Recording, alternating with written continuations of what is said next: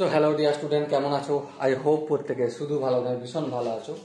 স্ক্রিনের উপর একটা প্রশ্ন দেখা যাচ্ছে যেটা আমরা শতকরা বা পার্সেন্টেজ চ্যাপ্টার থেকে নিয়েছি। ওকে, তো প্রশ্নটা কি বলেছে প্রথমে পড়বো বুঝবো তারপর অঙ্কটা করব। ওকে, কি বলেছে দেখো, 80 এর 35% এক্স এর 25% সমান হলে এক্স এর মান কত? কি বলেছে? 80 এর কত 35%, এটা কার সঙ্গে সমান? এক্স এর 25%-এর সঙ্গে সমান।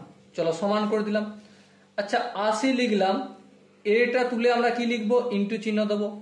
35% মানে 35/100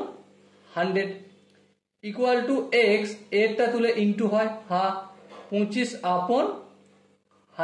ওকে, দেখো এই 100টা যদি অপোজিট সাইডে যায়, এখানে আছে ভাগ, অপোজিট দিকে গুণ হবে, তাহলে অটোমেটিক এই 100 সঙ্গে এখানে সেটা কেটে যাবে, ঠিক।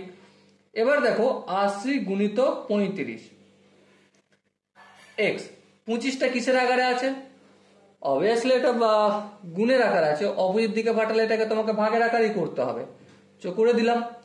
দেখো 5 5 25 আর 5 7 35, 5 1 5, 5 16 80। তাহলে এক্স এর ভ্যালু কত পেলাম? 6 7 42 2, 7 1 7 আর 4 11, 112। সো এক্স এর ভ্যালু হবে আমাদের 112। এবারে এখানে যে অপশন গুলো আছে তাদের মধ্যে কোনটা?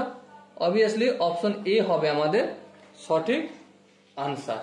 ওকে, আই হোপ প্রত্যেকে এই কোশ্চেনের কনসেপ্টটা বুঝতে পেরেছো। যদি কোনো জায়গায় বুঝতে অসুবিধা থাকে, কনফিউশন থাকে, কি করতে হবে? কমেন্ট সেকশন রয়েছে, কমেন্টে অবশ্যই জানাবে। ওকে, সো দেখা হচ্ছে নেক্সট ভিডিওতে। ততক্ষণ পর্যন্ত ভালো থেকো, সুস্থ থাকো এবং জয় হিন্দ।